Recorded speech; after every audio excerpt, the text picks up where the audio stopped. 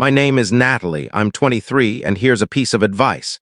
If someone ever tries to rope you into babysitting at a wedding where you're supposed to be a guest, say no so forcefully it rattles the windows. That's what I wish I'd done. Instead, I let courtesy and family pressure pull me into one of the most outrageous and disrespectful situations I've ever faced. I didn't even see it coming until I was already dressed up, in heels, and stepping through the venue's doors. Here's how it went down. My older sister, Amelia, was getting married. She's 3 years my senior, and our relationship has always been tense. Surface-level civility for family gatherings, but secretly I'm counting the seconds until I can escape. Amelia's always been the star of the family. Top grades, predictable career, fiancé who checks all the boxes. She's the type who's been dreaming of her wedding since she was a kid, obsessing over every detail while conveniently ignoring that other people have lives too. I didn't expect to be a key player in her big day, but I did assume I'd be treated like any other guest, someone who shows up, brings a gift, dresses nicely, and celebrates. Nope. Amelia had other ideas. I arrived early as she'd requested, wearing a dress she'd grudgingly okayed 2 weeks earlier. I brought a thoughtful gift, nothing cheap or thrown together. I even offered to help with setup if needed. When I tracked her down to say hello and offer my congratulations before the ceremony, she gave me a warm smile, a quick hug, and then dropped a bombshell so casually I thought it was a joke. With the calm confidence of someone who assumes compliance, she told me my seat was in the kids' room, a separate space away from the main reception hall, set up to keep the children away from the loud music and drinks. I laughed, thinking she was kidding, and asked what she meant. Then she clarified. I'd be stationed at the children's table, supervising a dozen kids between 4 and 10 years old because they hadn't hired a babysitter or entertainer. She said it would mean the world to her and ensure the night ran smoothly. I stared at her, stunned. I told her I hadn't signed up to babysit. I was a guest. She just smiled, said it wouldn't be a big deal, and insisted I was great with kids. I repeated firmly that I wasn't spending her wedding stuck in a side room hurting children like some unpaid summer camp worker. She brushed it off and walked away, as if my refusal was a minor tantrum she didn't need to address. At first, I thought it was a mix-up. Surely someone would fix this. But no, an usher, a distant cousin I barely recognized, led me to a small, dimly lit room off the main hallway. Inside were 2 folding tables covered with paper tablecloths, plastic cups, crayons, activity books, and a Bluetooth speaker softly playing Disney tunes. No other adults were present. I turned to the usher and asked what this was about. He said the bride had instructed that I stay there until the kids' parents picked them up at the end of the night. I stood there, dumbfounded, as parents started dropping off their kids one by one. Some even thanked me for volunteering. One mom handed me a pack of wipes and her 2 hyperactive sons, calling me a saint before walking away. That was it. I didn't say a word. I walked out. Past the hallway, past the reception doors, straight to the main hall where the actual wedding was happening. I found the table where my family was seated, the real table where I belonged, and pulled out a chair. I poured myself a glass of champagne, smiled at my shocked aunt, and sat down like I owned the place. The first hour went smoothly. I mingled, nibbled appetizers, even danced a little. By the second hour, whispers started. Apparently, a parent had checked on their kid and found pandemonium. The children's room was a disaster. One kid sobbing over spilled juice, another doodling on the walls with a marker, a few chasing each other with plastic forks. I overheard someone mention a 5-year-old trying to heat gummy bears in the staff microwave. By the 4th hour, Amelia and her new husband realized I wasn't where they'd planned. I saw them coming from across the room, both visibly angry but trying to keep up their wedding day facade. Amelia leaned down and whispered sharply, asking why I was sitting there and what was happening with the kids. I looked her in the eye and said I had no clue about the kids because I hadn't seen them in hours. I told her calmly that I never agreed to babysit and had come as a guest. Then I sipped my champagne and turned back to my aunt, who was now staring wide-eyed. Amelia's jaw dropped. Her husband looked like he wanted the floor to swallow him. Apparently, some kids had spilled food on the carpet. One had pulled a fire alarm thinking it was a toy, and 2 others had locked themselves in a closet, banging to be let out. Parents were livid. Some wanted to leave early. And there I was, sipping my drink, completely unbothered, enjoying the wedding I'd been invited to instead of cleaning up a mess I didn't make. What followed was a flurry of hushed arguments, frantic attempts to fix the situation, and tense calls to parents to pick up their kids early. Amelia's perfect schedule fell apart, speeches were delayed, and her dream evening turned into a logistical nightmare because, surprise, leaving a dozen kids unsupervised in a side room is a terrible plan. She was furious. She tried to guilt me later, saying I'd ruined her reception and humiliated her in front of her in-laws.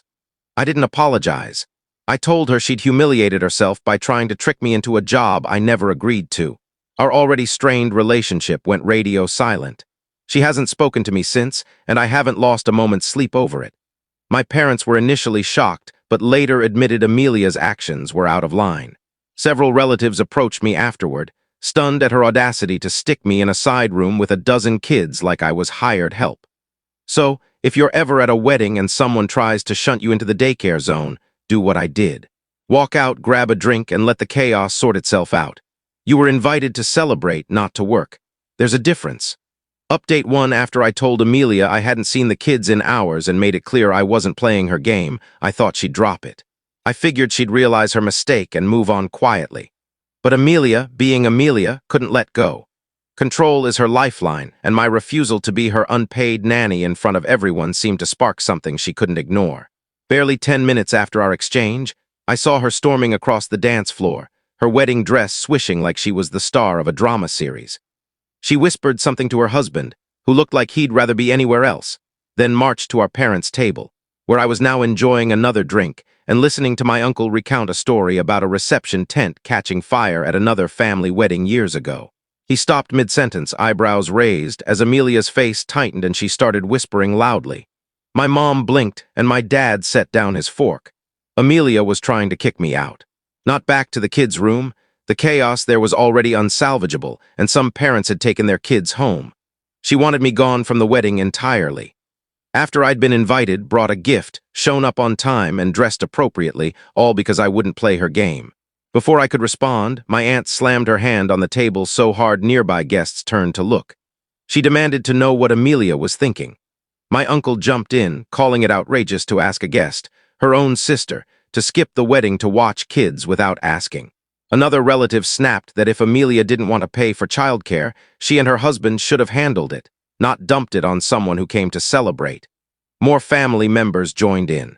It started with a few annoyed voices, but grew into a full-on wave of criticism. A cousin I hadn't seen in years stood up and said if Amelia had tried that with her sister, her family wouldn't have shown up at all. Another relative remarked that expecting someone to accept being stuck in a side room with hyper kids was absurd. My great-aunt, usually quiet, said bluntly that it was shameful to treat her own sibling so poorly. Amelia tried to defend herself, saying she thought I'd be okay with it because I'd worked with kids before and always helped at family events. She claimed she was too busy to arrange a nanny and thought it wouldn't be a big deal. That only made things worse. My grandmother, who avoids conflict like the plague, looked her in the eye and said if Amelia didn't want to pay for childcare, she had no right to expect a guest to do it for free. The criticism kept coming. One parent sarcastically thanked Amelia for misleading them into thinking a qualified adult was watching their kids when they'd been left unsupervised and could have gotten hurt. Some guests started talking about leaving early, uncomfortable with the whole situation. A few already had. Amelia's face turned every shade of red. Her perfect makeup couldn't hide that she'd lost control of the narrative. She looked like she wanted to scream, but couldn't argue with the room full of relatives now questioning her judgment and her entire approach to the day. There's something powerful about collective disapproval, especially from the people you wanted to impress. Eventually, her husband pulled her away, and I watched her retreat, rigid with anger, as the music started up again awkwardly. The DJ tried to lift the mood with upbeat songs, but the vibe had changed. Amelia wasn't the radiant bride anymore. The story of the night wasn't her dress or the first dance. It was the bride who tried to turn her sister into a babysitter and got called out by her own family. I stayed put. My chair never left the main table. I drank, ate, danced a bit more when the mood picked up. Guests came over to say they admired me for standing my ground. One woman shared that her daughter had been put in a similar spot at another wedding and regretted not speaking up. But I had, and it felt good. Amelia didn't approach me again that night. She shot me one last glare, her jaw tight, but didn't dare say more with everyone watching. She spent the rest of the evening forcing smiles for photos, accepting congratulations from guests who didn't know what had happened. But those who did, they remembered. Weeks later, I still get messages from relatives saying they can't believe Amelia's entitlement and that they're proud of me for handling it with dignity while she turned her wedding into a spectacle. I didn't get kicked out. I didn't babysit. I didn't apologize. I let her expose her own arrogance, and my family saw it for what it was. That was more satisfying than any speech, cake, or bouquet toss could ever be. Update 2, I thought the worst was over once Amelia was pulled away. Her face red with embarrassment, and her perfect image crumbling under the weight of our family's disapproval. But the night wasn't done, and the fallout from her selfish choice hadn't fully played out. It wasn't just about me anymore. It became a moment that revealed how little thought she'd put into her wedding beyond her own idealized vision. The reception's atmosphere had shifted. It was subtle at first, like a quiet undercurrent but undeniable. People were still dancing, but the energy felt off. Conversations weren't about the decor or the menu anymore. Guests were whispering in small groups, exchanging looks over their drinks, their voices tinged with judgment. The damage was done. But Amelia, true to form, tried to act like nothing had happened. She reappeared later, arm in arm with her husband, forcing a smile and trying to reclaim her perfect day as if the chaos hadn't erupted. She posed for photos, avoiding tables where criticism had flared. Then things got worse. Several relatives, especially those who'd backed me earlier, noticed the kids' situation hadn't been addressed. No one had stepped in to supervise the children's room. Kids started wandering into the main hall, hands sticky with icing, shouting and running around, drowning out the music. One knocked over a decorative dessert display meant for photos. The venue staff looked overwhelmed, clearly not equipped to handle a group of unsupervised children. That was the breaking point for some older relatives. A group confronted Amelia near the head table. I watched from my seat, not involved this time. My aunt, the one who'd slammed her hand on the table, led the charge. She pointed to the hallway and told Amelia she had two choices: hire someone immediately to watch the kids or go sit with them herself until the night ended. She said it was unacceptable to let children run wild when guests had dressed up, brought gifts, traveled far, and expected a proper event, not a chaotic free-for-all. Another relative called it unbelievable that Amelia thought she could pose for pictures while kids were screaming and smearing chocolate on the windows. An uncle pointed out how this looked to her in-laws, questioning what kind of impression it gave that the bride couldn't handle a basic responsibility like ensuring kids were safe. The word careless came up more than once, cutting through the room. Amelia stood there, frozen. For someone who always prided herself on composure, she looked lost. She stammered that she was overwhelmed, that the day had spiraled, that she thought it would work out. No one bought it. Her husband tried to step in, but someone quickly pointed out he'd been just as complicit for going along with the plan. Then Amelia broke. Right there, in front of the staff, guests, caterers, and photographers, she started sobbing. Not gentle tears, but loud, messy crying, shaking breaths, red face, mascara running. Her perfect bridal image shattered. She kept saying she didn't know what to do, that her day was ruined, that this wasn't how it was supposed to be. Some guests looked awkward. A few tried to comfort her, more out of embarrassment than genuine sympathy. But everyone saw the truth. Her breakdown wasn't just about the kids, me, or the chaos. It was because she'd built her wedding around the idea that everything would revolve around her perfectly, without effort to handle the basics. She'd treated people like props in her story, and when they pushed back, her fantasy fell apart. Her maid of honor eventually pulled her away to calm her down. The music played on, but the tension lingered. My relatives stayed seated, shaking their heads. My aunt muttered that this is what happens when someone plans a wedding like it's a film set, not a real event with real people and boundaries. The kids, the groom's family, stepped in. Some of his relatives set up a makeshift activity area in the lobby, with a staff member watching until the night ended. They were kind, but clearly judging the bride their son had married. Not a great start to the in-law relationship. I stayed until the end. I danced, laughed with cousins, ate 2 slices of cake. I didn't glance at Amelia's table. I didn't need to. Her silence said enough. She tried to push a responsibility on me like it was a task to delegate, and when I refused, her plan collapsed. Instead of stepping up, she pretended everything was fine. But the people who cared, my family, didn't let her rewrite the story. They held her accountable. That was justice, quiet, undeniable, and clear. Update 3: after the tears, the confrontation, and the wave of disapproval that swept through the reception, Amelia vanished for a bit. The music kept going, guests kept whispering, and staff kept clearing tables. But the air felt hollow, like the wedding had cracked and no one knew how to fix it. I didn't see Amelia for about half an hour. Her husband wandered around, shaking hands, trying to smooth things over, but the damage was set, and everyone felt it. Then she came back, not as the radiant bride making a grand return, but like someone who just lost a fight she didn't know she'd entered. Her hair was messy, makeup streaked, and she was holding hands with two kids, one tugging her dress, asking for snacks, the other waving a juice box like a sword. For the next 3 hours, Amelia shuttled between the main hall and the children's room.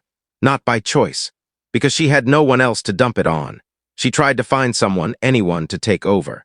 She asked a cousin who shut her down and told her to stop expecting others to fix her mess. She looked at our mom, who pointedly ignored her. She even glanced my way, but I didn't move, so she gave up. While guests danced and toasted, Amelia sat in a folding chair in that dim room, a little girl on her lap, a boy drawing on her arm with a marker. Her expensive dress creased, its train shoved under her to avoid tripping. She ate cold food off a paper plate. Her bouquet sat forgotten under a pile of coats. Her husband checked in a couple of times, offering to take over, but someone, either with words or a look, reminded him they'd both chosen not to hire help and expected it to magically work out. My relatives didn't let Amelia rewrite the narrative. Every time she tried to slip back into the main hall and act normal, someone brought up the reality of her actions. My aunt even joked loudly that it was good Amelia got a taste of parenting early, since she clearly needed to learn what it meant to actually care for kids, not just expect others to do it for free. That got laughs and nods from nearby tables. No one let her make me the bad guy for refusing to be her unpaid staff. By the end, Amelia looked drained, not from celebrating, but from babysitting. Her dream bridal night was split, part ceremony, part reluctant daycare worker. Her fairy tale was rewritten by reality, and it wasn't the story she'd wanted, but it was the one she'd created. When the final song played and guests started leaving, Amelia gave me a look, not her usual smug glare, but something quieter, resentful, and embarrassed. She didn't speak. She didn't need to. The night had said it all. The relatives' judgment, the guests' whispers, the ruined dress, the chaos in the kids' room. Those spoke louder than any apology could. I left with my head high, surrounded by family who saw through her manipulation and chose reason. I came to celebrate and instead witnessed one of the most satisfyingly avoidable disasters I've ever seen. My sister wanted a free babysitter. She got a costly lesson in boundaries.